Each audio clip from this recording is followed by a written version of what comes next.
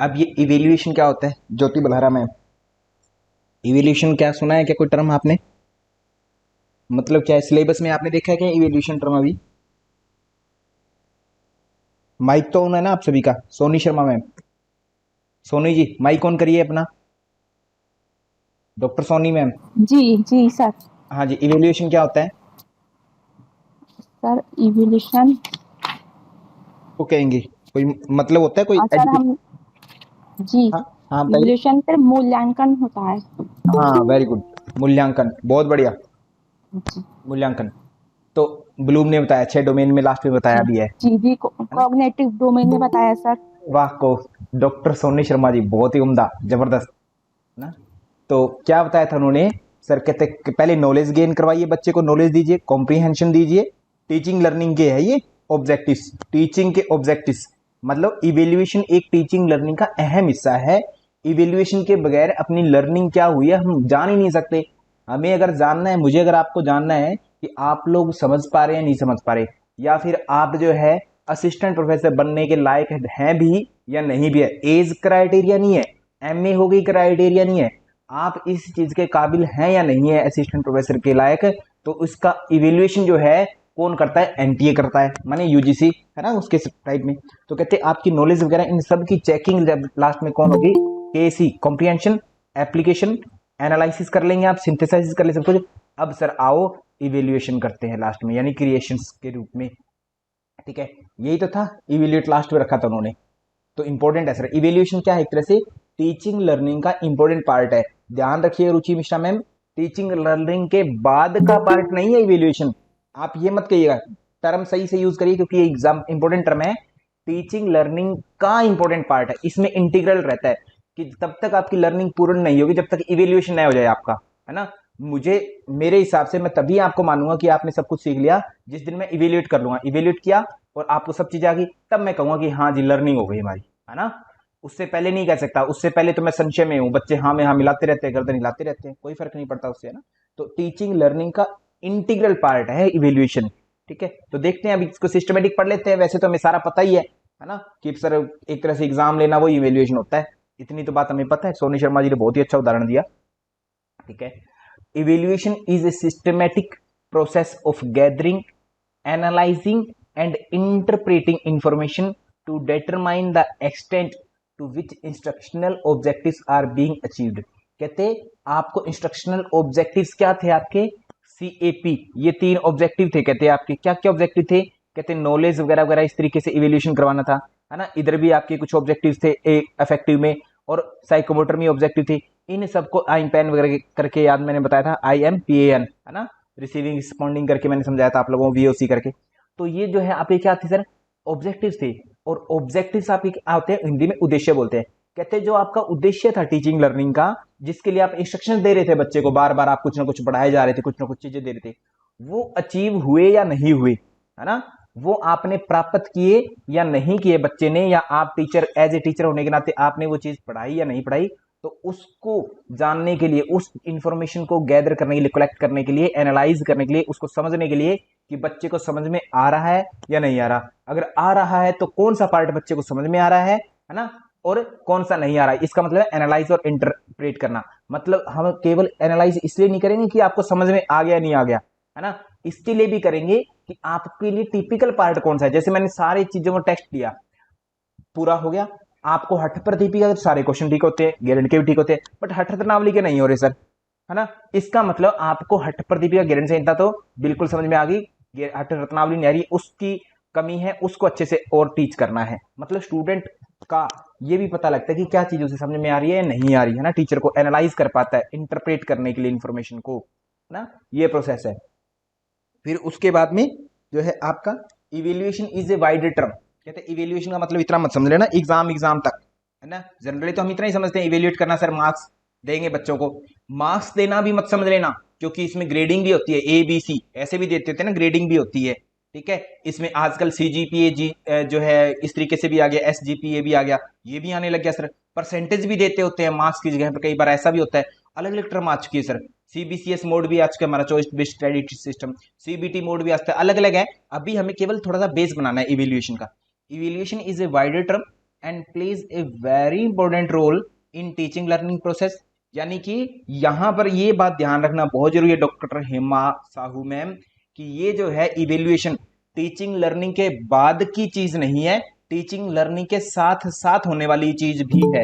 जैसे आपने एग्जाम दिया था हेमा साहू मैम, एमए किया है आपने, बीए भी किया, सभी ने किया हमने, और लगभग हमने सेमेस्टर सिस्टम में एग्जाम किए होंगे क्योंकि काफी टाइम पहले सेमेस्टर सिस्टम आ गया था। तो हमें मान लीजिए बीए कंप्लीट हुई आपकी, बीए की फाइनल डिग्री आपको मिलनी चाहिए नहीं मिलनी चाहिए, उसके लिए आपका तीसरे साल जाकर के एक एग्जाम नहीं होता, आपके बीच बीच में एग्जाम होते रहते हैं हर 6 महीने बाद में, जिसको सेमेस्टर के एग्जाम बोलते हैं, एक सेमेस्टर से दूसरे सेमेस्टर में जाना। और एक सेमेस्टर पूरा होने से पहले उस सेमेस्टर में मान लो 5 यूनिट आपको पढ़ने थे योग के, तो जैसे 2 यूनिट कंप्लीट हुए थे, यूनिट का एग्जाम भी हो आपका, सेशनल एग्जाम बोलते हैं जिसको, है ना, 10-10 नंबर की इस तरीके की। तो मतलब आपके लास्ट में तो होता ही होता है इवेल्यूशन, और उसके साथ साथ में इवेल्युएशन की बात चल रही थी कि इवेल्युएशन मैंने बताया कि टीचिंग लर्निंग प्रोसेस का इंपॉर्टेंट पार्ट है, प्रोसेस का पार्ट है। ध्यान रखिए, प्रोसेस क्या होता है कि क्रिया चल रही है, क्रिया अंत नहीं हुई हमारी, कि लर्निंग टीचिंग करनी है आपको बंद करवा दी तभी एग्जाम करें। वो तो एक बीच का पार्ट भी हो सकता है आपका, कि टीचिंग लर्निंग चल रही है, मुझे पूरी आपको क्या करनी है, पूरे नेट जेआरएफ का पूरा सिलेबस करवाना है सर, 10 यूनिट है उसमें, तो मैं 10 के 10 यूनिट सब कुछ पढ़ाने के बाद में आपसे पूछूं क्या?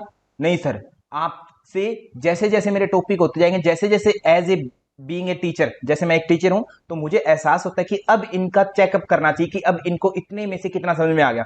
अगर इतने में से कुछ समझ में नहीं आया तो मैं क्या करूंगा, स्ट्रेटेजी चेंज कर सकता हूं मेरी, क्योंकि मुझे लगता है कि मेरी स्ट्रेटेजी ठीक नहीं है, इसलिए इन बच्चों को किसी को समझ में नहीं आ रहा, है ना। या फिर मान लीजिए 100 में से 99 बच्चों को तो समझ में आ रहा है, एक को समझ में नहीं आ रहा, तब मैं उस एक बच्चे पर ज्यादा ध्यान दूंगा कि उसकी क्या समस्याएं हैं, डिफिकल्टीज का पता लगेगा। तो टीचिंग लर्निंग प्रोसेस का इंपॉर्टेंट हिस्सा है, ये थोड़ी सी बात ध्यान रखेंगे। Evaluation is a means to determine the growth and changes, की ग्रोथ क्या हुई है, बच्चे ने क्या क्या नया जाना है, ग्रोथ, और उसके अंदर चेंजेस क्या क्या आ रहे हैं। मैं लर्न जब करवा रहा हूं उसे डांस सिखाया जा रहा है, या उसे योगा सिखाया जा रहा है, उसे कुछ पढ़ाया जा रहा है थ्योरेटिकल मैटर, तो उससे उसके ब्रेन में, उसके एटीट्यूड में कुछ चेंजेस आ रहा है या नहीं आ रहा। Taking place in pupils, pupils मतलब शिष्य, विद्यार्थी, as a result of teaching learning experience. तो कहते हैं टीचिंग लर्निंग एक्सपीरियंस से विद्यार्थी में क्या चेंजेस आया, क्या उसकी ग्रोथ हुई, इसको जानना भी इवेल्यूएशन का ही मुख्य उद्देश्य हो सकता है, होता है।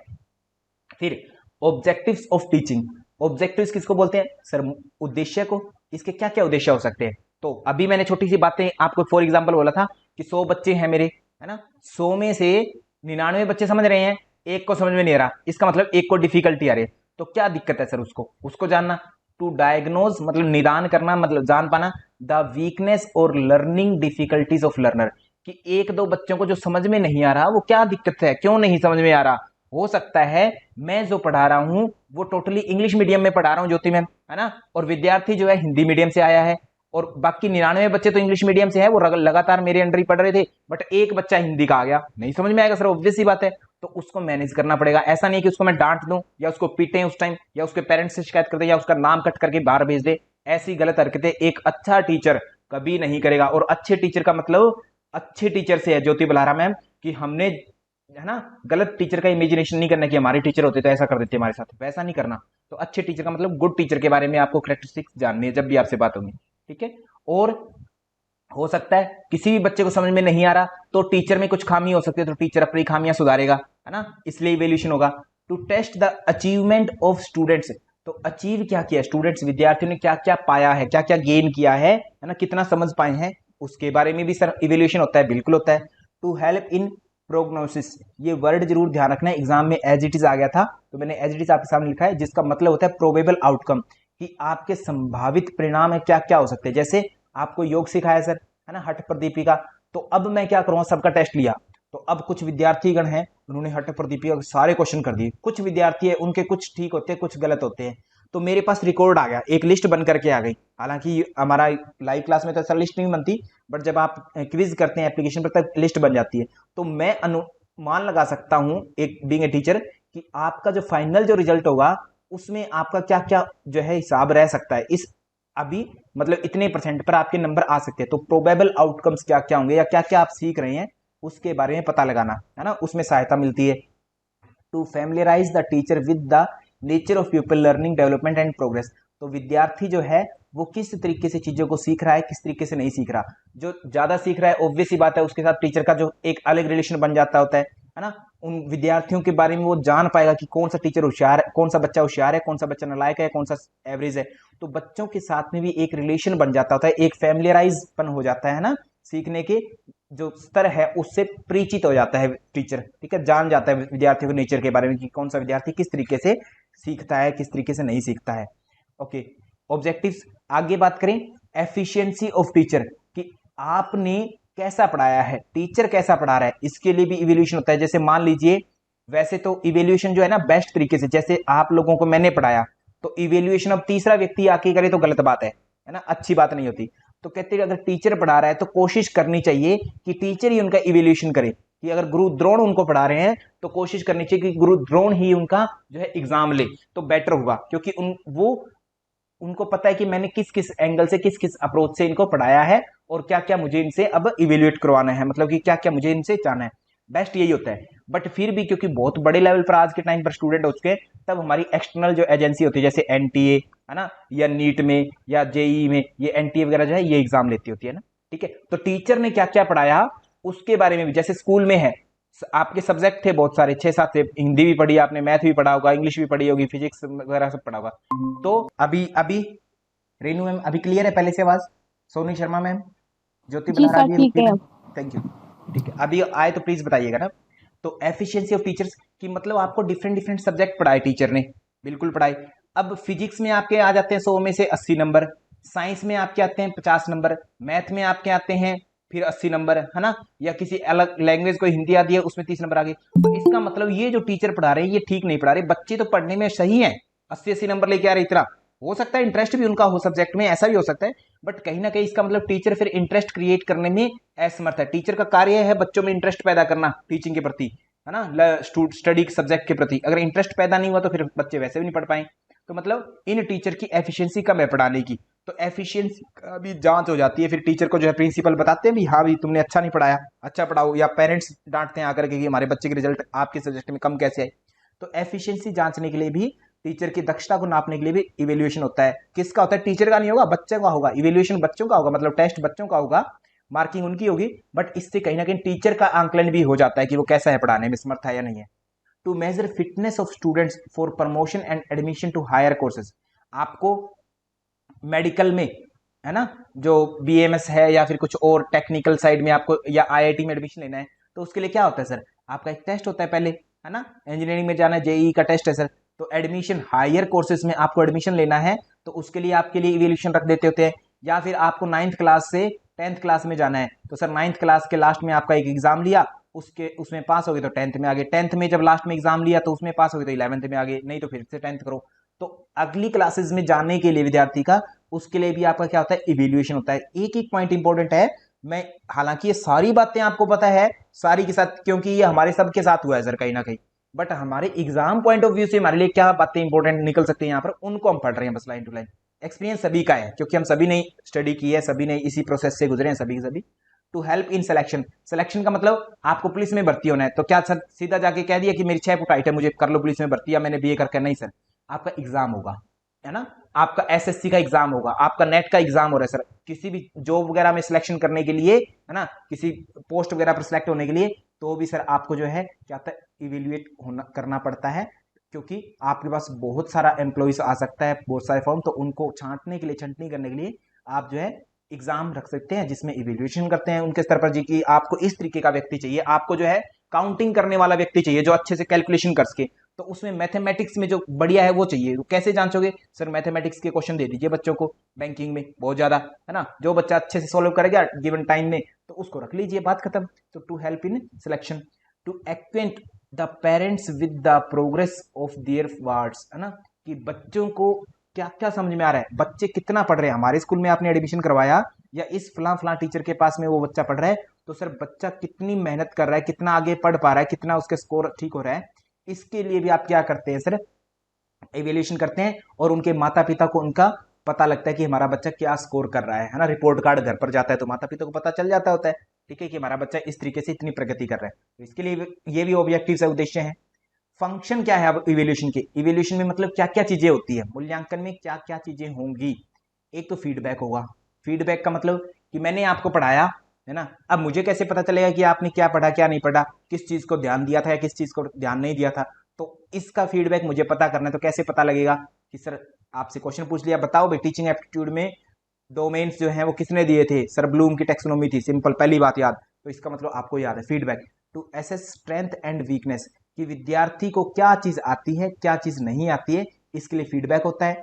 मोटिवेशन, विद्यार्थी का मान लीजिए कि उसका मूल्यांकन हुआ है ना, और किसी का 80-90% आए, अच्छे नंबर आए, तो अपने आप मोटिवेट हो जाएगा है ना, और इससे टीचर भी मोटिवेट हो जाएगा। और अगर किसी के कम नंबर आ रहे हैं, मान लीजिए मैं आपको सामने क्विज रख रहा हूं और जैसे सोनी शर्मा जी आपके सामने 10 क्वेश्चन आए, 10 में से एक गलत हो गया, तो आपको एक अंदर से अपने आप जी अफसोस सर। होगा, यार मेरे 9 क्वेश्चन गलत हो गए, एक कैसे गलत हो गया। तो आप मोटिवेट होंगे कि जो मैंने गलती इस बार किया ना, पेपर को अच्छे से नए पढ़ के, क्वेश्चन को नए पढ़ के, इस बार क्वेश्चन अच्छे से नहीं पढ़ती और उत्तर आसान था, तो उसको आप नेक्स्ट टाइम से ध्यान में रखेंगे, मतलब मोटिवेट हो जाएंगे उस चीज के लिए है ना, कि जो चीज आपकी कमजोरी थी उस चीज के लिए आप एनकरेज हो जाएगा। ऑटोमेटिकली लर्नर जो है हार्ड मेहनत करते हैं और ज्यादा, कि मेरी ये स्ट्रेंथ है ये वीकनेस है, उन पर आप अच्छे से काम करते हैं। बेटर गाइडेंस, तो जो कमियां होंगी वहां पर जो है लर्नर को आप क्या कर पाएंगे एज ए टीचर, उनको कह पाएंगे कि सर आपकी ये कमी, आपको आता तो सब कुछ है, आप क्वेश्चन अच्छे से नहीं पढ़ पा रहे, तो इस पर फोकस करिए है ना। तो ग्रोथ लर्नर की जो है उसके लिए क्या आप उसको बेटर गाइडेंस दे सकते हैं, वो चीज आप गाइड कर सकते हैं इवेल्यूएशन के बाद में।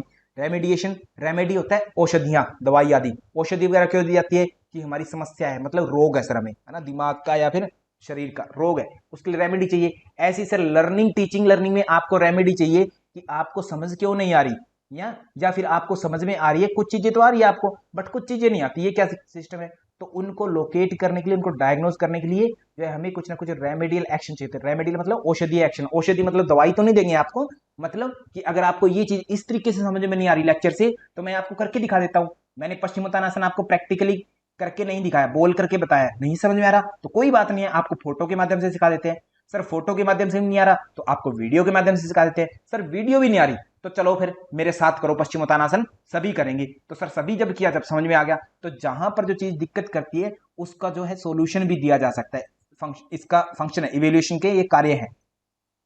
फैसिलिटीज, फैसिलिटेट प्लानिंग, कि आपकी प्लानिंग कैसी होगी है ना। मैंने आपको पढ़ा दिया सारा का सारा है ना, आपको समझ में नहीं आ रहा सर, ठीक है नहीं समझ में आ रहा, तो अब मैं नेक्स्ट टाइम से गलत थोड़े डिफरेंट तरीके से प्लानिंग करूंगा कि बच्चों को पढ़ाना है, अब इस स्ट्रेटजी से पढ़ाना है, ऐसे नहीं पढ़ाना कि मैं सबसे पहले इस तरीके से हार्ड चीजें पढ़ा दूं, इजी चीजें पहले पढ़ानी है। अच्छा जी, हो गई प्लानिंग, बहुत बढ़िया। तो फैसिलिटेट्स प्लानिंग, प्लानिंग करने के लिए भी it help the teacher to plan, organize and implement learning activities. तो कहते ये टीचर की हेल्प करता है इवेल्यूशन करने के बाद में, कि आप नेक्स्ट टाइम में जो प्लान करेंगे अपने लेसन प्लान, लेसन प्लान कब होता है, हमेशा टीचिंग से पहले का हिस्सा होता है। अच्छा मुझे ये बताइए, जल्दी से बताइएगा, हेमा साहू मैम आपसे उम्मीद करता हूं कि आप ही बेस्ट बता पाएंगे, बाकी विद्यार्थी भी बताएंगे। लेसन प्लानिंग जो है वो कौन से फेज का हिस्सा है। अब फेज क्या होते हैं ये भी आपसे उत्तर चाहिए मुझे, कौन से फेज का हिस्सा है, फेज याद है ना, फेजेस, टीचिंग में फेजेस होते हैं, उसके कौन से फेज का हिस्सा है लेसन प्लानिंग। पूनम सिंह जी गोली मार दी जाएगी आपको दिन दिहाड़े, आप जैसा उत्तर दे रहे हैं। आप कुछ पता भी है या नहीं पता पूनम जी आपको, हमेशा उल्टा उत्तर देना जानबूझ के देते हैं क्या आप। फेज 3 होते हैं, तीन तीन कौन कौन से होते हैं, एक सबसे पहले पहला फेज, दूसरा फेज कौन सा होता है, हाँ बिल्कुल प्री एक्टिव, पहला होगा प्री, दूसरा जो है इंटरएक्टिव होगा जहां पर क्लास में चला गया टीचर, और तीसरा लास्ट में कौन सा होगा, लास्ट में पूनम जी लास्ट वाला फेज कौन सा होगा, जो हमारा दूसरा फेज है इंटरएक्टिव फेज, वो कौन सा, क्लास के अंदर चले गए वहां तो प्लान नहीं करेंगे। प्री एक्टिव, जब टीचर पहले से अपने घर पर बैठा है या क्लासरूम में अपने ऑफिस में बैठा है, तो वो बच्चों को कैसे पढ़ाएगा उसको प्लान करना, वो होता है लेसन प्लान। ठीक है पूनम जी, वॉइस का बहाना मत लो आप है ना, मैंने आपको गोली मारने की बात कही है, दोबारा सुन लो। अच्छा सच में नहीं आ रही क्या आवाज, ओ ओ अभी ठीक है आवाज क्या, ओ ठीक है। तो प्री एक्टिव है उसमें लेसन प्लानिंग होती है प्री एक्टिव में, बहुत बढ़िया मीनाक्षी जी। स्किल एक्विजिशन, माइक्रो टीचिंग में स्किल एक्विजिशन में होती है, बट लेसन प्लान की मैं बात कर रहा हूं, वैसे टीचिंग में ना फेजेस की बात कर रहा हूं, वो माइक्रो टीचिंग होता है। मानसिक लीता मैम आप सही है, बट वो माइक्रो टीचिंग का पार्ट है, मैं एक्चुअल टीचिंग की बात कर रहा था। Micro teaching is not a teaching, this is training, है ना। माइक्रो टीचिंग एक्चुअल में टीचिंग नहीं होकर क्या होती है, वो ट्रेनिंग पीरियड है टीचर का, एक teacher student, being a teacher student, ठीक है। खैर, तो बात क्लियर होगी। लेसन प्लानिंग जो है प्री एक्टिव फेज में होता है, प्री एक्टिव, क्लास में जाने से पहले। पूनम जी हाँ ना में जवाब तो दे दो, समझ में आ गई बात ना, डॉक्टर पूनम मैम। और फिर क्या होता है, इंटर इंस्टीट्यूशनल कंपैरिजन। कहते एक इंस्टीट्यूट, अब सर इंस्टीट्यूट अलग अलग है, जैसे मान लीजिए यहाँ पर आपका स्कूल अलग होगा, एक स्कूल अलग है, तो वो स्कूल सर कौन सा बेटर पढ़ा रहा है, इसके लिए भी सर आपका इवेल्यूशन होता है कि इस स्कूल के बच्चों के मार्क्स बहुत अच्छे आ रहे हैं, इट मीन्स यहाँ पर स्टडी होती है अच्छी, यहाँ पर नहीं होती सर। इंटर इंस्टीट्यूशनल, इंस्टीट्यूट के अंदर सर कंपैरिजन करने के लिए, रिवीजन ऑफ करिकुलम, करिकुलम को रिवाइज करने के लिए कि बच्चों को जो है सिलेबस सर आ गया समझ में, नहीं आया तो सर दोबारा रिवाइज कराओ, इसके लिए भी होता है। Submission of progress report to parents, तो बच्चे की प्रोग्रेस रिपोर्ट क्या चल रही है, कितना पढ़ पा रहा है, कितना किस चीज में अच्छा कर रहा है, किस में बुरा कर रहा है, तो वो रिपोर्ट जो होती है इवेल्यूशन के बाद में माता पिता तक जाती है, तो माता पिता जो है बच्चे के बारे में जान पाते हैं। ये फंक्शन है सर, एक एक पॉइंट यहाँ पर इंपॉर्टेंट है, ध्यान रखिएगा। और प्लीज आपसे रिक्वेस्ट है, भूलिए मत, फेजेस 3 थे, है ना, उनको ध्यान रखिएगा। ओके, तो कहते हैं इवेल्यूशन कैसे कैसे हो सकती है। कहते हैं इवेल्यूएशन एक तो ऐसे कर सकते हैं हम, जिसमें आप नंबर दें, जिसमें क्वांटिटी मैटर करती है। क्वांटिटी क्या होती है, मात्रा, है ना, मात्रा मैटर करती है। एक होती है क्वालिटी, क्वालिटी क्या बोलते हैं, गुणों को, गुणात्मक होती है, गुणात्मक, हिंदी शब्द इनका लिख रहा हूं, है ना। तो कहते हैं दो टेक्निक होती है, एक मात्रात्मक तरीके से नंबर आदि दे करके, एक गुणों को जान करके सर कि उनके थिंकिंग कैसी है, अच्छी है बुरी है, या वो इस चीज को अच्छा कहते हैं इस चीज को बुरा कहते हैं, या इस तरीके का एटीट्यूड है उनका, इस तरीके का नेचर है, उस तरीके से, ठीक है। तो क्वांटिटेटिव टेक्निक क्या होती है, हमें नंबर कैसे कैसे मिलते थे जब एग्जाम होता था। जब सर मैं 7वीं 8वीं क्लास में था या BA MA में था, तो हमें 15 नंबर का एक क्वेश्चन आता था कि योग का अर्थ बताएं, योग की भिन्न भिन्न परिभाषाएं बताएं, है ना, ऐसा कुछ करके। तो उसमें लिखना होता था ऐसे टाइप में, रिटर्न एग्जामिनेशन था, और उसमें फिर हमें 15 में से 10-12 नंबर ऐसे मिलते थे, नंबर मिलते थे, मतलब क्वांटिटी मिलती थी। रिटर्न होता है सर ऐसे टाइप में। ओरल एग्जामिनेशन, कि आपको सर लास्ट में क्या होता है, वाइवा होता है ना, योग में प्रैक्टिकल करवा लिया, 100 नंबर का प्रैक्टिकल है, जिसमें 80 नंबर तो आपके प्रैक्टिकल शरीर तोड़ मरोड़ करके देखेंगे, आसन आदि लगवा के देखेंगे। 20 नंबर लास्ट में आपको किसके मिलते हैं, 20 नंबर मिलते हैं आपको स्पेशली आपके जो आपके क्या कहते हैं उसको, नॉलेज कितनी है आपको ना, ठीक है, उस चीज के मिलते हैं ओरल, बुलवा करके मौखिक रूप में। एक फिर होता है प्रैक्टिकल एग्जामिनेशन। प्रैक्टिकल क्या होता है सर, शरीर को करवा के देखना, है ना, आसन आदि करवा के देखना, या लैब केमिस्ट्री के है तो उसमें लैबोरेटरी में कुछ करवा के देखना, या आप खिलाड़ी हैं तो सर आपको भगा करके देखना, ग्राउंड वगैरह के बारे में पूछना, इस तरीके की बातें, ये प्रैक्टिकल। तो इनमें आपको नंबर मार्क्स दिए जाते हैं, मार्क्स वो किसी भी ना किसी रूप में आपको क्वांटिटी दी जाती होती है, कुछ ना कुछ, है ना, उस तरीके से इवेल्यूशन होता है। और कुछ क्वालिटेटिव होती है, क्वालिटेटिव जैसे आपको जॉब में सिलेक्ट करना है, ठीक है, तो आपसे क्या करेंगे, आपकी पर्सनैलिटी को ऑब्जर्व किया जाता है कि आपने कपड़े कैसे पहने हैं, आपके बाल कैसे हैं, आपका बोलने चालने का तरीका क्या है ना, इंटरव्यू होता है जिसमें। और उसमें आपसे ऐसा नहीं है कि सर आपने क्या पढ़ा है, BA में सर क्या योग सब्जेक्ट था, ठीक है तो योग की परिभाषा ना दो, ऐसा कुछ नहीं होता। जनरल लाइफ के आपके क्वेश्चन पूछे जाते हैं, ऑब्जर्व किया जाता है कि आपकी पर्सनैलिटी ओवरऑल कैसी है। उसमें मार्क्स बाद में मिलते हैं, मेनली उसका उद्देश्य क्या होता है, आपकी क्वालिटी को चेक करना होता है कि आप इस जॉब के लायक हैं या नहीं है ना, मार्क्स उद्देश्य नहीं होते। सेम चेकलिस्ट होता है, आपके सामने दे दिया बहुत सारी चीजें कि आपको क्या क्या पसंद है इनमें से, है ना, वहां लिख दिया जंक फूड, कुछ बर्गर पिज्जा फ्रूट्स वगैरह जूस ऐसे लिख दिया, तो आपने टिक किया सर बर्गर, है ना, अल्कोहल, ये चीजें कहते हैं मुझे पसंद है। तो इस तरीके से आपकी पर्सनैलिटी का आंकलन हो जाएगा, है ना। या और भी तरीके की चेकलिस्ट हो सकती है, आपको क्या पसंद है क्या नहीं पसंद है इस आधार पर, तो आपकी एक तरह से थिंकिंग कैपेबिलिटी का या फिर आपके आहार का एक तरह से ओवरऑल पता लग जाता है कि इस व्यक्ति को इस तरीके के आहार पता है, पसंद है, इस तरीके के नहीं है, और इस कारण से इसकी पर्सनैलिटी ऐसी है। चेकलिस्ट हो सकती है जिनमें आप किसी न किसी चीज को ऐसे चेक कर देते हैं।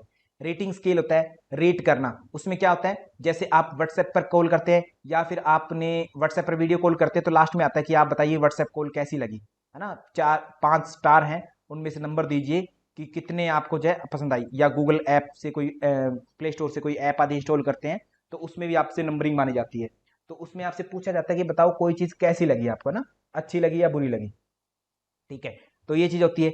फिर आता है क्यूमुलेटिव रिकॉर्ड्स। क्यूमुलेटिव रिकॉर्ड क्या होता है, एक बच्चे के इस तरीके के रिकॉर्ड कि उसने आज तक क्या क्या एक्टिविटीज करती है, वो एक स्कूल रखता होता है, तो उसमें भी बच्चे के बारे में पता लगता होता है, बच्चे के नंबर आदि उसमें रहते हैं, उसने क्या क्या और एक्टिविटीज की है, एक्स्ट्रा एक्टिविटीज जैसे डांस में या फिर खेलों में उस तरीके से, या उसने अनुशासन में कैसी भूमिका निभाई है, क्या चीज है, वो सारा रिकॉर्ड एक जो है स्कूल या यूनिवर्सिटी के पास रहता होता है, तो क्यूमुलेटिव रिकॉर्ड होता है ना। तो उसमें बच्चे की क्वालिटी पता लगती है कि बच्चा आज तक जो है इस तरीके की एक्टिविटीज की है, ये चीजें उसने अच्छी की, ये बुरी की, या ओवरऑल बच्चे इस पर्सनैलिटी का है।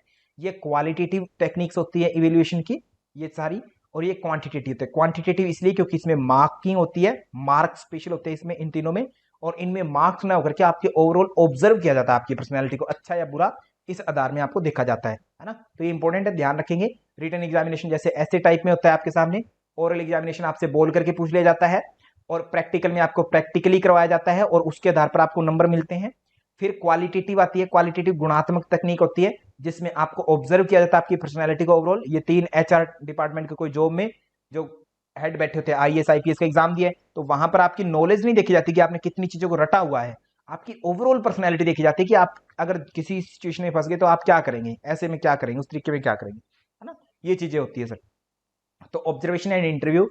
चेकलिस्ट की बात करें तो चेकलिस्ट इस तरीके से होती है, आपके सामने 5-7 चीजें लिखी रहेंगी कि मुझे ये करना पसंद है, मुझे सुबह 4 बजे उठना पसंद है, मुझे सुबह 10 बजे उठना पसंद है ना, मैं दिन में सोना चाहता हूँ, रात में जगना चाहता हूँ। इनमें से जो आप टिक करेंगे तो उस तरीके की आपकी पर्सनैलिटी पता लग जाएगी। कोई व्यक्ति कहे मैं दिन में सोना चाहता हूँ, है ना, रात में जगना, तो पता लग जाएगा कि सर ये आलसी किस्म का व्यक्ति है ना। ठीक है, तो काम नहीं करेगा, मतलब दिन में काम करने लायक नहीं है, रात की सर इसको पीएन की या जो क्या कहते हैं वॉचमैन की नौकरी दी जाए। तो चेकलिस्ट ऑब्जर्व हो जाता है हर चीज को। रेटिंग स्किल, आपको कोई चीज अच्छी लगी या बुरी लगी उस चीज का पता लगाया जाता है ना, कि आपको गूगल मीट पर सर क्लास करना अच्छा लगा या बुरा लगा। तो अगर आपको ज्यादा दिक्कत हुई तो आप गलत बता देंगे उसको, और अच्छा लगा तो आप उसको स्माइली भेज देते हैं, तो इससे भी आपका पता लग जाता है।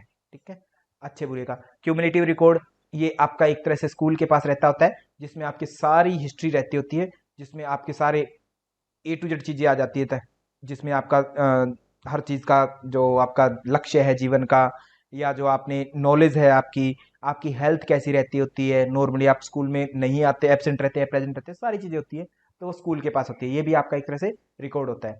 तो ये क्या होगा आपके, ये आपके सारे के सारे इवेल्यूशन के तरीके हो गए, और किसके इस अनुसार, बेसिक नेचर, ये बेसिक नेचर के होते हैं सारे के सारे, बेसिक मतलब क्वांटिटेटिव और क्वालिटेटिव के आधार पर होते हैं।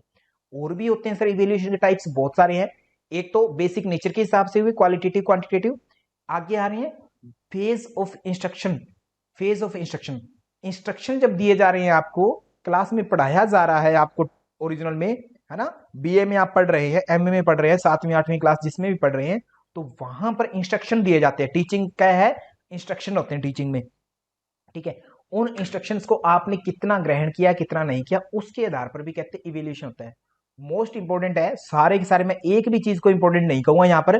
पहली चीज शुरू किया मैंने इवेल्यूशन की, पहला शब्द जो यूज किया था इवेल्यूशन एंड इट्स टाइप, वहां से लेकर के लास्ट तक बहुत इंपॉर्टेंट है एक एक चीज। अक्सर एग्जाम में आजकल का जो पैटर्न चल रहा है, आजकल का पिछले लगभग 2 से 3 साल का, इवेल्युएशन शब्द सर इंपॉर्टेंट बहुत बना हुआ है, और एग्जामिनर जरूर पूछता है, और ये बहुत ही इजी है, ये भी आपको जानने की खुशी होगी, बहुत इजी है ये, लगभग हमेशा ही पूछ रहा है टीचिंग एप्टीट्यूड में एग्जामिनर। तो आप थोड़ा सा अलर्ट रहेंगे भाई इसके बारे में ना, पूरा ही टॉपिक इंपॉर्टेंट है ये।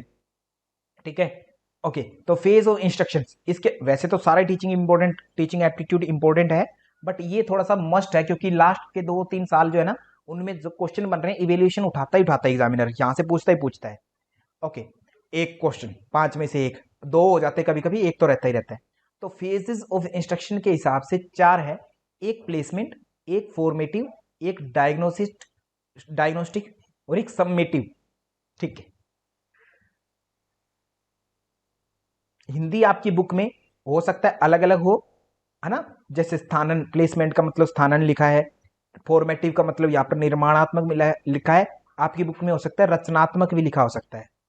तो हिंदी पर मैं फोकस नहीं करूंगा यहाँ पर, और नैदानिक का भी कुछ और हो सकता है आपकी बुक में, योगात्मक में कुछ और हो सकता है ना लास्ट में। तो आप प्लीज इंग्लिश पर जरूर फोकस करिएगा आदरणीय Arpita Gupta ji. Placement, formative, diagnostic, submissive, ये 4 जो है आपके क्या है, टाइप है, किसके, इवेल्युएशन के, किसके आधार पर, इंस्ट्रक्शंस के आधार पर। तो अब मुझे ये देखिए, एक चीज बताइए, चलो पहले पढ़ते हैं फिर बाद में इसका आंकलन करते हैं, कंक्लूजन बाद में निकालते हैं। द कीवर्ड प्लेसमेंट, मतलब प्लेसमेंट देनी, एक तरह से क्या होता है, जॉब देनी, इसलिए होता है ना, जैसे आप योग के विद्यार्थी हैं, आपके योग के लिए कोई यूनिवर्सिटी में आपके कोई जो है क्या कहते हैं उसको, कोई कंपनी आएगी और वो आपको प्लेसमेंट देगी, मतलब अपनी कंपनी में जॉब देगी। तो जॉब देने के लिए आपका इवेल्यूशन करेगी। तो जॉब देने के लिए इवेल्यूशन करेगी, मतलब एक जगह से आप दूसरी जगह पर जाते हैं, एंटर करते हैं, तो वो एंट्री बिहेवियर क्या होता है, प्लेसमेंट इवेल्यूशन होता है। आप 12th में पढ़ रहे हैं, आपको जो है आईआईटी में जाना है, तो आईआईटी में एंटर होने वाले हैं, एंटर होने से पहले आपका बिहेवियर चेक होगा, आपकी नॉलेज चेक होगी, वही क्या है, प्लेसमेंट असेसमेंट है।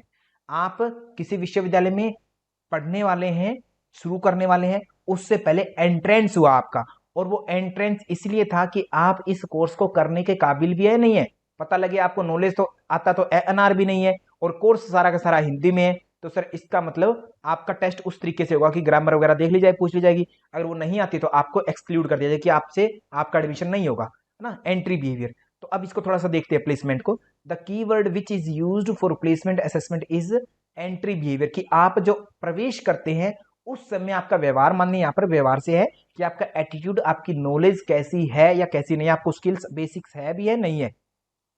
It ascertain the knowledge and skills the student possesses which are necessary at the beginning of instructions in a given subject area, जो कि आपके विशेष कोई सब्जेक्ट आदि है उसमें आपकी नॉलेज है या नहीं। जैसे योग में आपको प्रवेश करना है, तो बेसिक नॉलेज आपके वो है या नहीं है योग में, कि योग का सर अंतिम उद्देश्य क्या होता है, इस तरीके के क्वेश्चन पूछ लिए, क्वेश्चन है ना, योग में बताओ वर्तमान में कौन कौन से इंस्टीट्यूट कार्य कर रहे हैं, या योग में ये इस तरीके की बेसिक कोई ग्रंथ बता दो। तो विद्यार्थी को एटलीस्ट बेसिक चीजें पता भी है नहीं है ना, तो इस चीज के ऊपर भी आपका क्या होता है, प्लेसमेंट इवेल्यूएशन होता है सर, यही होता है ना, एंट्री के रूप में जो होता है फर्स्ट टाइम पर, कोर्स शुरू करने से पहले की बात है ये। Evaluation of entry behaviour is done just before teaching start, कि अभी आपको टीच करना हमने स्टार्ट नहीं किया है, एमए में आपने एडमिशन ले लिया, योग में स्टार्ट नहीं किया है, एडमिशन लेने से पहले कि हम आपको पढ़ाएंगे उससे पहले आपका एग्जाम ले लिया जाए कि आप योगा एमए के लायक भी है या नहीं है। अगर नहीं है तो सर आपका टेस्ट में आप फेल हो जाएंगे, आप बाहर निकाल दिए जाएंगे, अगर हैं तो आप पास हो जाएंगे, आ जाएंगे टेस्ट में ना। तो evaluation of entry behaviour is done just before teaching start. एक एक इंपॉर्टेंट पॉइंट है डॉक्टर अर्पिता गुप्ता जी, एक इंपॉर्टेंट पॉइंट है, a teacher should know the previous knowledge of student. तो टीचर को प्रीवियस नॉलेज पता होना चाहिए। बहुत से लोग कहते हैं मुझे सर कि मैं ना नेचुरोपैथी में सर डॉक्टर हूं, मैंने किया हुआ है, जब उनसे हम पूछते हैं कि पंचतत्व बताइए तो उनको पंचतत्व ही नहीं पता, क्योंकि नेचुरोपैथी में तो 5 तत्व ही इंपॉर्टेंट है ना, 5 तत्व ही नहीं पता। ठीक है, हालांकि नेचुरोपैथी में 6 तत्व होते हैं, आपको बता देता हूं मैं, है ना, डॉक्टर पूनम जी होंगे क्लास में, शायद हैं या नहीं है वो पता नहीं, तो वो नेचुरोपैथी के स्पेशलिस्ट है ना, तो नॉलेज होनी चाहिए, मेन ये है। तो टीचिंग जो है सर स्टार्ट होने से पहले जो इवेल्युएशन होता है उसी का आप क्या कहते हैं, प्लेसमेंट इवेल्युएशन कहते हैं। This helps teacher to organize teaching learning activities according to the previous knowledge of learner. तो पहले की जो नॉलेज है सर उसको जानने के लिए क्या होगा, प्लेसमेंट इवेल्युएशन, ताकि मुझे पता चल जाए कि आप सभी अच्छे लेवल के विद्यार्थी हैं, इंटेलिजेंट लेवल के हैं। जैसे मुझे क्या करना है, टॉप 10 का एक बैच स्टार्ट करना है, आप में से लेनी है। तो मैंने क्या किया, हठ प्रदीपिका पढ़ाई है, गाइडेंस इंडिया पढ़ाई है, इन सबको मिला करके थोड़ा सा मैंने आपसे क्वेश्चन पूछ दिए। तो अब मुझे जो है बेसिक उत्तर, आप जो लगभग 80 नंबर ले आएंगे 100 में से, मुझे पता चल जाएगा इन बच्चों को बेसिक सारे क्लियर है, तो इन पर मुझे ज्यादा मेहनत नहीं करनी है, इनको थोड़ा सा डायरेक्ट करना है, और इनके लिए जो है इनको अलग रखना है बच्चों को। तो उसके लिए अगर आपकी बेसिक नॉलेज, प्रीवियस नॉलेज मुझे पता चल जाएगी बहुत अच्छी है, तो उस हिसाब से आपको टॉप 10 में रख दिया। तो अब आपको पढ़ाने का मेरा तरीका अलग होगा, क्योंकि आपको मैं बेसिक चीजें नहीं पढ़ाऊंगा हर एक चीज, क्योंकि आप बहुत स्मार्ट, ऑलरेडी सब चीजें आती है, बेसिक तो नहीं पढ़ाएंगे आपको एटलीस्ट, अदरवाइज सबको बेसिक पढ़ानी पड़ेगी। तो बच्चे की क्या पता लगता है, नॉलेज का पता लगता है कि नॉलेज में बच्चा होशियार है या कमजोर है। अगर वीक है तो सर उसको उस तरीके से पढ़ाया जाएगा, अगर वो बहुत होशियार है तो उसको उस तरीके से आप पढ़ाएंगे। मतलब टीचर अपनी टीचिंग लर्निंग एक्टिविटीज को ऑर्गेनाइज करेगा उसी तरीके से, प्लेसमेंट इवेल्युएशन के तरीके से। ठीक है, उसके बाद में फिर आता है एक फॉर्मेटिव इवेल्युएशन, फॉर्म करना, बनाना। बनाना मतलब रचना करना, फॉर्म का मतलब ये होता है फॉर्मेटिव, हिंदी में रचनात्मक कह सकते हैं, या निर्माणात्मक भी लिखा हुआ है आपकी बुक में, किसी किसी बुक में, तो आप प्लीज जैसा भी आपको शब्द मिले उस तरीके से एडजस्ट कर लेंगे। मैं आपको कंफर्म करवाता हूं, फॉर्मेटिव इवेल्युएशन यही फाइनल टर्म है। पहली थी प्लेसमेंट, जिसको एंट्री बिहेवियर से कहते हैं। फॉर्मेटिव में अब बच्चा हमारे पास पढ़ने लग गया, ठीक है, बच्चा योग में आ गया, योग सब्जेक्ट है क्योंकि हमारा मेन सब्जेक्ट, तो इसलिए मैं बात कर रहा हूं, योग में आ गया, और योग में आने के बाद में 6 महीने बाद में एग्जाम होगा उसका, फाइनल एग्जाम, है ना। तो उसके लिए हम क्या करेंगे, बीच में एग्जाम करवा लेंगे 10-10 नंबर के, 10, जिसको सेशनल टेस्ट बोलते हैं, सेक्शनल बोलते हैं, ये यूनिट टेस्ट बोलते हैं। तो ये क्या है, यूनिट हमारे 10 यूनिट हमें पढ़ने थे योग में, तो हमने यूनिट 3 यूनिट पढ़ाए, तो 3 यूनिट का पहले टेस्ट ले लिया 10 नंबर का, फिर यूनिट 3 और पढ़ा दिए और 10 का ले लिया, 6 हो गए, फिर लास्ट में 4 यूनिट और पढ़ा दिए और वो टोटल मिलकर के 6 महीने में हो ही जाएगा टेस्ट ना। तो ऐसे ही करके बीच में लेते थे। तो ये क्या कहलाता है, फॉर्मेटिव इंटरनल इवेल्यूएशन, कि हमारी टीचिंग लर्निंग अभी खत्म नहीं हुई है, 6 महीने में हमें खत्म करना था सिलेबस, खत्म नहीं हुआ, हमने बीच में ही जो है एग्जाम ले लिया बच्चों का, यही क्या है, इंटरनल इवेल्यूएशन है सर। It is done. अब ये कब होगा sir, during the programme before it's completion, जब हमारा प्रोग्राम कंप्लीट नहीं हुआ है, जब तक हमने सिलेबस कंप्लीट नहीं किया है, उससे पहले ही हम इवेल्युएट कर रहे हैं आप लोगों को ना, पहले ही आप लोगों का पता लगाना है कि अपनी टीचिंग लर्निंग सही भी चल रही है नहीं चल रही है ना। तो मुझे पता चल जाएगा कि सर 3 यूनिट का टेस्ट ले लिया, बच्चों को कुछ नहीं आया, इसका मतलब टीचर में दोष है, या टीचिंग लर्निंग प्रैक्टिस में दोष है, या फिर स्टूडेंट सारे के सारे निकम्मे हैं, कुछ भी हो सकता है। तो इससे हमें टीचर जो लर्निंग के बाद प्रोसेस है उसके बारे में पता चलेगा। It is done during the programme before it's completion, complete होने से पहले पता लगता है। इट फोकस ऑन प्रोसेस, ये जो है जो प्रोसेस होती है हमारी टीचिंग लर्निंग की, उस पर फोकस किया जाता है। तो आपसे इनडायरेक्टली प्रश्न पूछा जाएगा यहां से कि बताइए जो फॉर्मेटिव इवैल्यूएशन है वो कब होता है, क्या टीचिंग लर्निंग प्रोसेस के दौरान, या फिर प्रोसेस के बाद में, या प्रोसेस स्टार्ट करने से पहले, या फिर कभी भी हो सकता है। तो कभी नहीं, ये प्रोसेस के दौरान होगा। टीचिंग लर्निंग जब प्रोसेस चल रही है, हमारी सिलेबस हमारा चल ही रहा है, टीच किया जा रहा है, उसके दौरान बीच में कंडक्ट करवाएंगे। ठीक है, आगे, it is conducted more than once depending upon the length of activity. ये जो है सर हमारे एक बार भी हो सकता है एग्जाम, जैसे 6 महीने में मैंने कहा कि 10 यूनिट टीच करवाने थे, 6 महीने बाद में आपके एग्जाम होते हैं, हर सेमेस्टर में एग्जाम होते हैं। तो अगर 10 यूनिट है तो उस तरीके से, अगर 5 यूनिट है तो उस तरीके से। मान लीजिए 10 यूनिट है तो यूनिट 3 का एक बार ले लिया, यूनिट 3 का फिर एक बार ले लिया, फिर यूनिट 4 का या सारे का एक बार फिर से ले लिया, और फिर लास्ट में एग्जाम हमारा हो गया फाइनल। अगर यूनिट 5 थे तो 2 यूनिट का आज ले लिया, 2 यूनिट का बाद में ले लिया, और फाइनल एग्जाम में 5वां यूनिट अपने आप कंक्लूड हो जाएगा। तो इस तरीके से मर्जी है टीचर की कि एक बार एग्जाम लेगा वो कंडक्ट करेगा फॉर्मेटिव, या फिर बार बार ज्यादा कर सकता है, जैसा सिलेबस है उसकी लेंथ पर डिपेंड करता है। This evaluation gives student the feedback regarding his her success failure in achieving the instructional objective.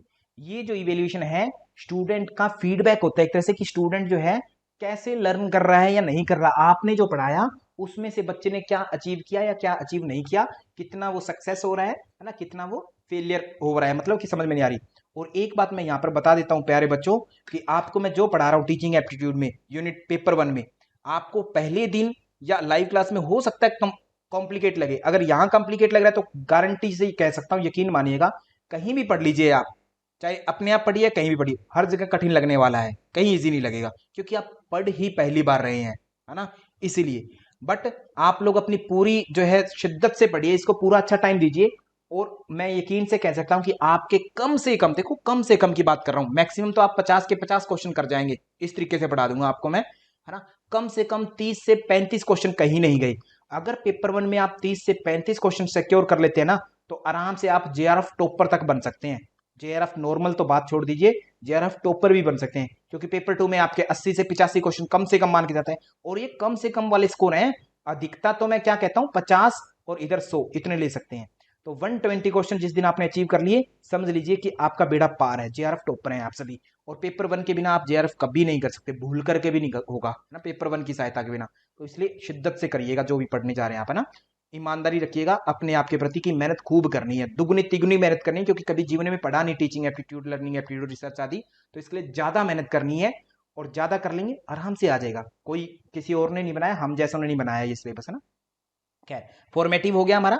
Internal evaluation इसको कहेंगे, टीचिंग प्रोसेस के दौरान होता है, उस प्रोसेस को जांचने के लिए एग्जाम होता है। प्लेसमेंट पहले होता है, स्टार्ट होने से पहले होता है, एंट्री बिहेवियर पर होता है। और फॉर्मेटिव की बात करें तो it also identify any learning error, कि ये जो है फॉर्मेटिव कब हो रहा है, टीचिंग के दौरान हो रहा है। तो क्या दिक्कत आ रही है बच्चों को, है ना, या टीचिंग लर्निंग में हमारी क्या समस्या आ रही है, बच्चे क्यों नहीं समझ पा रहे, तो उस एरर को जांचने के लिए भी होता है। That needs to be corrected, जिसको करेक्ट किया जा सकता है। मान लीजिए मैं आपको टीचिंग एप्टीट्यूड पढ़ा रहा हूँ सारा का सारा, अब हेमा साहू पूनम जी कोई प्रश्न का उत्तर नहीं दे रहे मेरे, कितने ही पूछता हूँ उत्तर ही नहीं आता कभी सही, कुछ भी दिए जा रहे हैं। तो इसका मतलब या तो मेरे पढ़ाने में दोष है, या आपके पढ़ने में दोष है, या फिर जो कंटेंट आपको दिया जा रहा है उसमें दोष है। तो उसको हम ठीक कर सकते हैं टाइम टू टाइम। मान लीजिए कुछ समझ में नहीं आ रहा तो उसको ठीक कर सकते हैं, उस तरीके के इंस्ट्रक्शंस दिए जा सकते हैं। जैसे अब मुझे पता है कि हमारी टीचिंग एप्टीट्यूड क्यों नहीं समझ में आता बच्चों को, क्योंकि वो रिपीट नहीं करते बच्चे, है ना, मेनली रिपीट नहीं करते। जितनी ज्यादा रिपीट कर लेंगे 3-4 बार, उतनी आसानी से आ जाएगा एक एक चीज। बहुत से विद्यार्थी आप में से ऐसे हैं जिनका एक भी क्वेश्चन गलत नहीं होता टीचिंग एप्टीट्यूड में। क्यों? क्योंकि उन्होंने बहुत अच्छे से पढ़ा है ना। तो ये इशू है। तो इस इशू को दूर करने के लिए मैंने आपको इंस्ट्रक्शन दे दिया कि भाई सभी बच्चे जो है एटलीस्ट इसको जो है सही करेंगे, सही पढ़ेंगे, 3-4 बार रिपीट करेंगे। अब जैसे डॉक्टर पूनम जी है ना ने वो बात कर दी, कहते अखियां देखन सकल दकश, खुद को देख ना पाए, कि आंखें दूसरों के दोष तो देख लेती है परंतु खुद के दोष दिखाई नहीं देते, है ना। ऐसे वाली बात कर दी पूनम जी ने। खैर कोई बात नहीं, ओके। तो तो, तो तो ये चीज जो है ध्यान रखनी हुई है ना, अपने को अच्छे से पढ़ना है, रिपीट करना है बार बार। तो आदरणीय पूनम जी आगे चलते हैं। आइडेंटिफाई एनी लर्निंग एरर, अगर कोई लर्निंग इश्यू है तो उसको हम करेक्ट कर सकते हैं। फॉर्मेटिव इवेल्यूशन इसीलिए हो रहा है, एक एक पॉइंट इंपॉर्टेंट है फॉर ए टीचर। टीचर के दृष्टिकोण से formative evaluation provides information for making instructions and remedies more effective. कि मेरे लिए, मुझे पता लगा कि मैंने टीचिंग एप्टीट्यूड का आपका टेस्ट लिया, बीच में पता लगा कि 10 में से लगभग 2-2 क्वेश्चन सब ठीक कर रहे हैं, ज्यादा ठीक नहीं कर रहे, 8 क्वेश्चन। तो दिक्कत कहाँ है? कंटेंट ओके है, मैं पढ़ा रहा हूं वो भी ओके है ना, और आप पढ़ रहे हैं वो भी बिल्कुल ओके है, लाइव क्लास में डेली आ रहे हैं। दिक्कत कहाँ है? रिपीटेशन में। आप रिपीट ही नहीं कर रहे सर। जब तक रिपीट नहीं करेंगे, बार बार नहीं पढ़ेंगे कंटेंट को, नहीं कर पाएंगे, याद नहीं रख पाएंगे। फेजेस ऑफ टीचिंग एक दिन ऐसा था, मानसिक लिता जी एक एक शब्द आपको याद था, पूनम जी आपको भी याद था, बट क्योंकि रिपीट नहीं किया तो आज एक प्रश्न पूछा, घूम गया दिमाग, याद ही नहीं सर क्या चीज थी, है ना। तो रिपीट करना बहुत जरूरी है, जहां पर इशू है ये। एज ए टीचर मुझे पता लग गया, तो इसलिए मैं यही इंस्ट्रक्शन दे रहा हूं कि बच्चों रिपीट करना, मेकिंग इंस्ट्रक्शंस, ये इंस्ट्रक्शन बनाए। रेमेडीज भी यही है मेरी कि रिपीट करिए, ताकि अपनी इफेक्टिव टीचिंग लर्निंग हो, अपना काम आए। ये जो पढ़ा हुआ है, हम जो समय दे रहे हैं 1 घंटा डेली का, ये समय यूटिलाइज हो हमारा फाइनल एग्जाम में, ठीक है। Formative evaluation is quite helpful in the early stage of development of a program as it helps in improving the program. ये फॉर्मेटिव इवैल्यूएशन कहते हैं जनरली जो है, कहते वैसे तो कभी भी कर सकते हैं आप, बट कोशिश करें आप एक तरह से कि ज्यादा हेल्पफुल कब होगा, जब अर्ली, पहले पहल में आप इसको जो है कर लेंगे इवैल्यूएशन को, ताकि बच्चा डेवलप कर रहा है, धीरे धीरे सीख रहा है, उसी समय आप ले लें एग्जाम, ताकि आपको पता हो जाए कि आप में दोष है, बच्चे में दोष है, किस चीज में दोष है, जल्दी दूर हो जाएगा। लास्ट में आगे करेंगे वेरिएशन तो उसका तो कोई मतलब नहीं है, फिर आप चेंजेस क्या लाओगे लर्निंग स्ट्रेटजी में ना, चेंज नहीं ला पाओगे। तो इसलिए आप जल्दी से जल्दी कर ले तो अच्छी बात है, अर्ली स्टेज में कर ले तो बेटर है ना। The example of formative evaluation are, क्या हो सकते हैं, जैसे यूनिट एंड टेस्ट लेते हैं, कोई यूनिट हो गया आपका, 8 प्रतिभा कंप्लीट हुआ, टेस्ट ले लिया, गारंट कंप्लीट हुआ, टेस्ट ले लिया, है ना। कोई फर्स्ट यूनिट कंप्लीट हुआ, उसके बाद में टेस्ट ले लिया। टीचिंग एप्टीट्यूड हुआ, टीचिंग के लेवल हुए, उसमें से टेस्ट ले लिया। इवेल्युएशन प्रोसेस हुआ, उसमें से टेस्ट ले लिया। फैक्टर्स ऑफ अफेक्टिंग टीचिंग हुआ, उसमें से टेस्ट ले लिया। तो जो जो कंप्लीट होता जा रहा है उसमें से टेस्ट ले सकते हैं। ये टेस्ट मंथली हो सकता है, या आप 4-4 महीने में भी ले सकते हैं, जैसा आपको उचित लगे, जो आप लेते थे। कहते हैं इस तरीके के टेस्ट जो है होते हैं, मतलब फाइनल एग्जाम से पहले पहले जो टेस्ट होते हैं फॉर्मेटिव होते हैं। Done sir, okay. फिर आता है डायग्नोस्टिक इवोल्यूशन। ये फॉर्मेटिव के जैसा ही है, बस इसके नाम में थोड़ा सा अंतर है और इसकी थोड़ी क्रिया विधि में अंतर है, इतना ही है, ठीक है। तो ये कहते while the formative evaluation determines the extent to which student accomplish the learning target. Formative evaluation क्यों होता है कि विद्यार्थी जो है कितना सीख पा रहे हैं, जो मैं सिखा रहा हूं उसमें से कितना अचीव कर पा रहे हैं, इसलिए होता है। डायग्नोस्टिक इवोल्यूशन इसलिए होता है कि विद्यार्थियों को समस्या क्या आ रही है ना, किस एरिया में समस्या आ रही है, इसलिए डायग्नोस्टिक होता है। डायग्नोज करना मतलब एक तरह से कि आपको सर आंखें जो है अंदर धसी हुई है ना, शरीर का टेम्परेचर बढ़ा हुआ है, तो डॉक्टर के पास गए, डॉक्टर क्या करता है, मुंह में थर्मामीटर दे देंगे आपके, आपका हाथ पकड़ लेंगे, नब्ज नापेंगे, तो वो क्या डायग्नोज कर रहे हैं कि आपके शरीर में ऐसा क्या हो रहा है जिसके कारण आंखें धस गई, जिसके कारण कॉन्स्टिपेशन है, जिसके कारण टेम्परेचर बढ़ा हुआ है। तो डॉक्टर फाइनली फिर बताएगा कि इसको बुखार है ना, तो क्या करें सर, ठंडी पट्टी कर दो या फिर इसको कोई टेबलेट वगैरह दे दो। डायग्नोज, जांचना कि कमियां कहां हैं। तो दोनों में थोड़ा सा अंतर है। फॉर्मेटिव इसलिए हो रहा है कि आपकी ग्रोथ को जाना जाए, आपके लर्निंग टारगेट अचीव हुए या नहीं हुए, पॉजिटिव रूप में है ये, ठीक है। डायग्नोस्टिक इसलिए है कि आपका एक स्टेप आगे का है, ये जांचता है कि आप में कोई समस्या है तो वो क्यों है, एक्सप्लेन करवाने के लिए होता है इसको, ठीक है। या फिर पॉसिबल कॉजेज क्या हो सकते हैं सर, आपके लर्निंग प्रॉब्लम में, जो लर्न करते समय प्रॉब्लम आ रही है, उसके कॉजेज क्या क्या है, क्या आपके जो टीचर है वो कम आवाज में बोलते हैं, ये इशू है, या फिर क्या वो बहुत ज्यादा लाउडली बोलते हैं, या फिर वो बहुत ज्यादा आपको डरा धमका के रखते हैं, या वो उनको नॉलेज नहीं है, क्या इशू है सर ना। तो उसको एक्सप्लेन करने के लिए होता है। फॉर्मेटिव ने तो केवल पता लगाया कि अच्छा है या बुरा है, डायग्नोस्टिक एक्सप्लेन कर देगा उस चीज को, एक्सप्लेनेशन के लिए इतना सही अंतर है, सेम बीच में ही होंगे सर। तो डायग्नोस्टिक टेस्ट होंगे वो मोर कॉम्प्रिहेंसिव एंड डिटेल। कॉम्प्रिहेंसिव मतलब ज्यादा समझ विकसित देते हैं कि बच्चे को क्या समझ आ रही है, उस समझ में आ रहा है या नहीं आ रहा, उसको ज्यादा अच्छे से एक्सप्लेन करते हैं, कॉम्प्रिहेंसिव होते हैं और डिटेल में होते हैं ये टेस्ट। ठीक है, diagnostic evaluation is done at any time in program, कभी भी कर सकते हैं, ये भी प्रोग्राम के टाइम ही होगा, फॉर्मेटिव प्रोग्राम के टाइम होगा। बस फॉर्मेटिव जो होता है वो केवल लर्निंग टारगेट अचीव हुए या नहीं हुए इसको पता लगा रहा है, जबकि डायग्नोस्टिक उस समस्या को अच्छे से एक्सप्लेन करता है कि समस्या आई तो क्यों आई, है ना, दिक्कत हो रही है तो क्यों हो रही है, पूरा एक्सप्लेन करवाता है। ये अंतर है इनमें दोनों में, होते दोनों ही प्रोग्राम के बीच में है। ठीक है, to pinpoint anything wrong in the program, तो ये डायग्नोस्टिक इवेल्यूशन कहते हैं कभी भी किया जा सकता है, स्पेशली क्या गलत हो रहा है टीचिंग लर्निंग में उसको जांचने के लिए होता है, न कि इसके लिए कि क्या बेस्ट हो रहा है ना, कमी को जांचने के लिए होता है स्पेशली, और उस कमी को ज्यादा एक्सप्लेन करता है फॉर्मेटिव के मुकाबले। बात क्लियर है। यूनिट टेस्ट हुआ, इमेजिन करिए यूनिट टेस्ट में बहुत अच्छा भी स्कोर कर सकते हैं बच्चे, अच्छा भी पता लगा, नेगेटिव पता लगा। डायग्नोस्टिक टेस्ट स्पेशली कि कमियां क्या आ रही है बच्चों को ना, कि एक तरह से कोई बाहर से कोई मान लीजिए प्रिंसिपल आ गई और बच्चों से पूछने लग गई कि बताओ बेटा, है ना, टीचर कैसा पढ़ाते हैं, बच्चे ने कह दिया सर बहुत गलत पढ़ाते हैं, इवेल्यूशन हो गया बच्चे का। और कहते क्यों गलत पढ़ाते हैं, कहते सर एक तो टेस्ट क्लास में है ना लेट आते हैं हमेशा ही, है ना, सर 10 बजे क्लास का टाइम होता है, आते सर 10:30 बजे हैं, और फिर सर क्लास को 2 घंटे तक खींचते हैं। अच्छा ये समस्या है, ठीक है, टीचर की इवेल्यूशन हो गया, बच्चे ने समस्या बता दी कि मुझे समस्या क्यों नहीं समझ में आ रहा, क्योंकि सर टाइम के पक्के नहीं है। ठीक है, ये इवेल्यूशन हो गया बच्चे का, नेगेटिव को एक्सप्लेन कर दिया ज्यादा से ज्यादा। और ये रिटर्न में भी हो सकता है, ओरली भी हो सकता है, किसी भी रूप में हो सकता है सर। डायग्नोज ही करना है अपने को, कोई फर्क नहीं पड़ता। This helps the teacher in correcting the problems immediately, thereby improving the course. ये जो है बच्चों का जो सिस्टम, जो समस्या है, उसमें कोई समस्या आ रही है लर्निंग में तो उसको तुरंत सोल्व करने की कोशिश की जाती है, ताकि हम कोर्स का जो इफेक्ट है, इम्पैक्ट है, उसको अच्छे से क्लियर क्रैक कर पाए, उसको सही कर पाए, इंप्रूव कर पाए उसको। ठीक है, इसलिए होता है डायग्नोस्टिक इवोल्यूशन। फिर सम्मेटिव, सम्मेटिव मतलब इसमें सम शब्द छपा हुआ, देखो सम, एस यू एम, एम का एस यू एम मतलब जोड़ सर, है ना, टोटल जोड़, मतलब final exam, final exam summative evaluation, जिसको आप क्या कहते हैं कि जैसे मान लीजिए आपके सेशनल टेस्ट को लेते हैं, टीचर लेता होता है, इंटरनल एग्जाम जिनको बोल देते हैं, है ना, यूनिट टेस्ट, यूनिट 1 का, यूनिट 2 का, ऐसे ले लिया 10-10 नंबर के। फिर डॉक्टर हिमाली साहू मैम अपने 6 महीने के बाद में एग्जाम होता है लास्ट वाला, वो एग्जाम उसको हम बोलते हैं एक्सटर्नल एग्जाम। तो वो कहते हैं बाहर से बन के आएगा आपका एग्जाम, मैं नहीं बनाऊंगा, क्लास का टीचर नहीं बनाएगा, वो बाहर से बन के आएगा, एक्सटर्नल इवेल्यूशन बोलते हैं। और वो स्पेशली क्यों होता है, एक क्लास से दूसरी क्लास में भेजने के लिए। डॉक्टर पूनम जी पास किया होगा आपने एग्जाम, है ना, सबमिटिव एग्जाम तो आपने दिया ही होगा, है ना, और पास भी किया होगा, आई थिंक सो, मैं सोच ही सकता हूं, ऐसा मुझे यकीन नहीं है आप पर। ओके, तो as the name indicates it is done at the end और कंप्लीशन ऑफ द कोर्स। ये जो है हमारा कब होता है सर, इसका नाम ही जैसे सबमिटिव है, मतलब सब कुछ संपन्न हो जाना, योगात्मक या बाह्य मूल्यांकन, तो कहते हैं ये जो होता है एंड में होता है, जब आपको पूरा पढ़ा दिया, नेट जेआरएफ वाले लेंगे आपका एग्जाम, वो एक्सटर्नल होगा, सारा कुछ मैंने पढ़ा दिया, मैं तो बीच में लेता रहा आपका, फॉर्मेटिव भी लिया, डायग्नोज भी लिया, है ना, सारे कुछ हो गए एक तरह से। जो अपना एनटीए होगा वो लास्ट में लेगा कि हाँ भाई आप टीचर के लायक हैं या नहीं है, तो नहीं है तो छोड़ दीजिए, जाओ वापस, है ना। ठीक है, okay, done at the end और कंप्लीशन ऑफ द कोर्स, और कंप्लीट हो जाता है कोर्स तब होता है स्पेशली।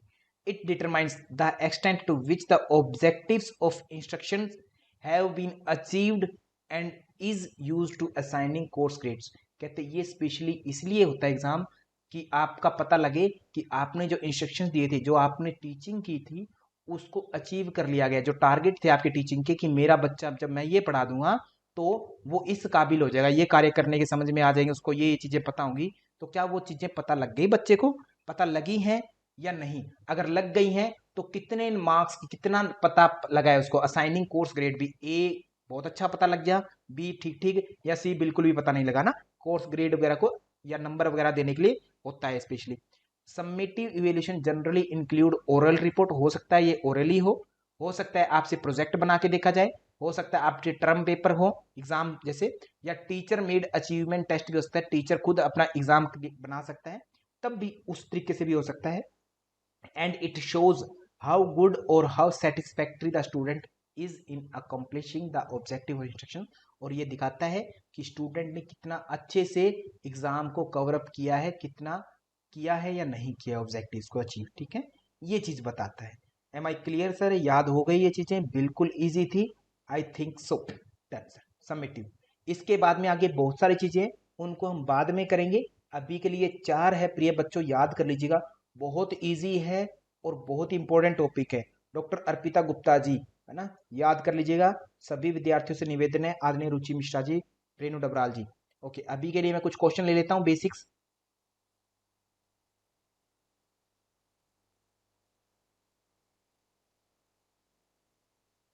ओके, तो ये बेसिक क्वेश्चन है, आज के नहीं है ये, इवेल्युएशन से नहीं पूछ रहा, क्योंकि आज इवेल्युएशन वाला टॉपिक हमारा कंप्लीट नहीं हुआ है पूरा, तो वो चलेगा धीरे धीरे। आप प्लीज अभी क्वेश्चंस करिएगा शुरू।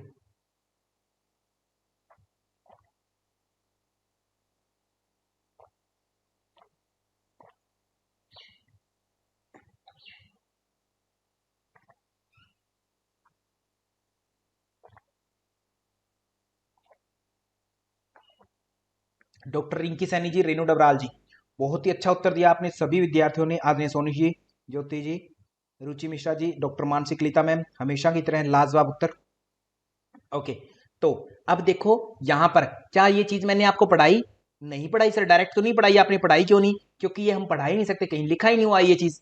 तो ये कहां से पता लगेगी? जब आप एक अच्छे टीचर की कैरेक्टरिस्टिक्स जान गए, तब आपको ऑटोमेटिक आपके दिमाग में एक ये डेवलपमेंट होगा, है ना, आपकी क्रिटिकल थिंकिंग हुई। और यही हमारी टीचिंग का उद्देश्य होता है। टीचिंग का उद्देश्य क्या होता है? बिहेवियर में चेंज और क्रिटिकल थिंकिंग। एक तरह से थिंकिंग कैसे बनानी है? क्रिटिकल थिंकिंग, कि वो बच्चा जो है कहते ही नहीं मान जाए कि मैंने आपको कहा कि सर इसमें जो है ना बंगले में भूत रहते हैं, तो आप ऐसे थोड़ी मान जाए। अनपढ़ होंगे तो मान जाएंगे, डरने लग जाएंगे तुरंत ही, है ना, या फिर जो है नहीं मानेंगे। तो क्रिटिकली एनालाइज करें कि जो चीज आपको बता दी उसके ऊपर आपके खुद के विचार भी आप पेश कर पाए, वो होती है क्रिटिकल थिंकिंग। तो इसका मतलब बच्चों, हमारी टीचिंग के उद्देश्य जो थे एज ए टीचर और एज ए आप स्टूडेंट, जो है हमने अचीव कर लिया, आपकी थिंकिंग डेवलप हो गई। तो क्या होता है सर?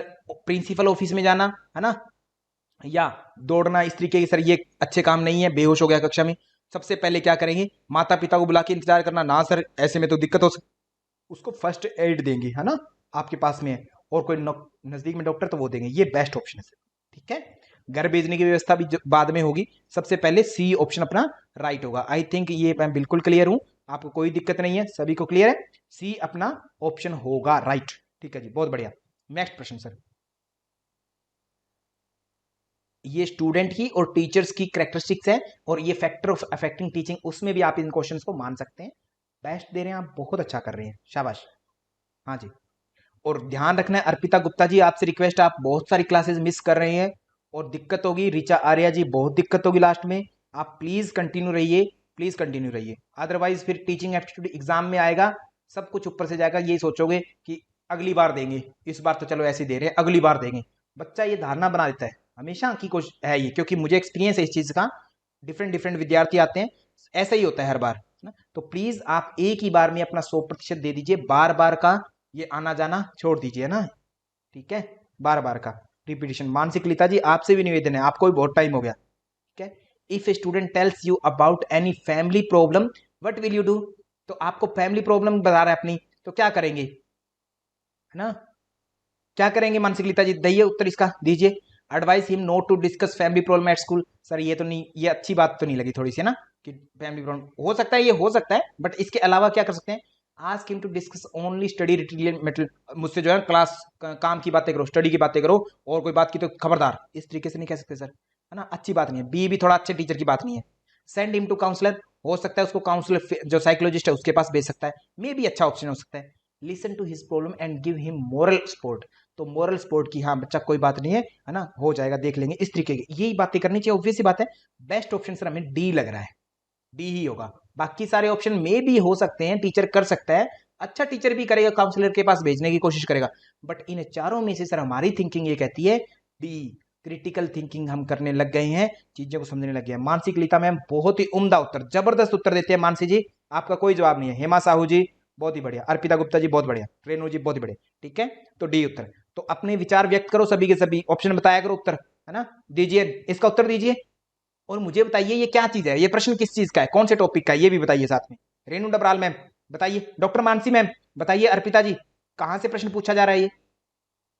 क्या टीचिंग के लेवल से प्रश्न पूछा जा रहा है क्या आपका ये? अरे मानसी जी बहुत ही बढ़िया, जबरदस्त। मानसी जी बहुत खुशी हुई आपका उत्तर सुन करके।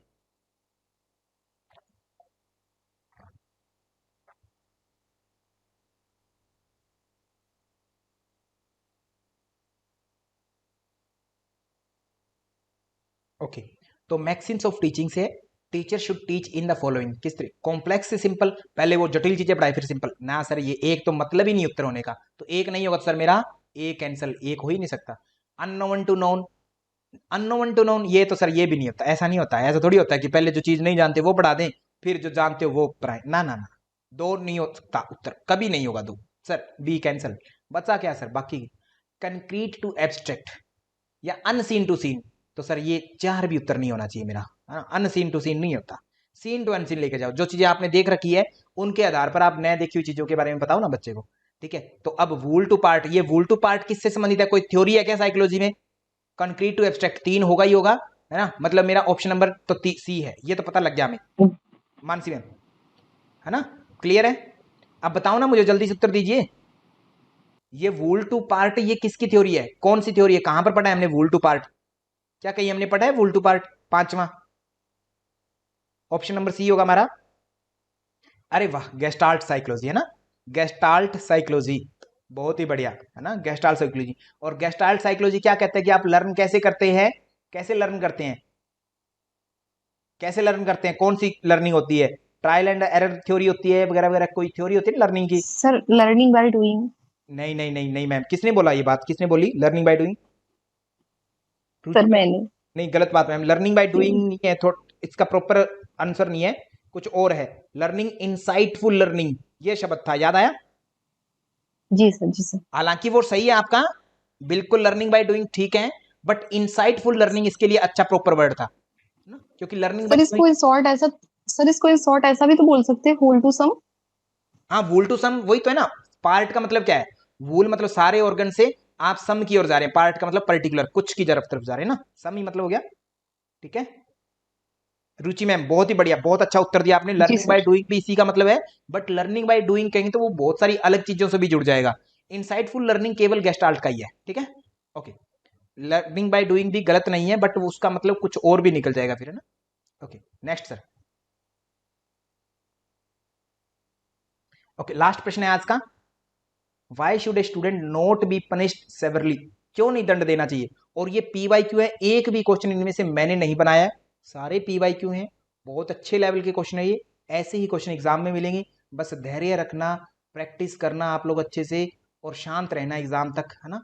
और एक रिक्वेस्ट है मानसिक लिता मैम आपसे स्पेशली और सभी विद्यार्थियों से, कि अभी से यूट्यूब पर जाएं और मैथमेटिक्स के जितने भी डीआई, डेटा इंटरप्रिटेशन है, डेली का एक डीआई आपको करना ही करना है, एक डीआई डेली करना है, डेली करना है।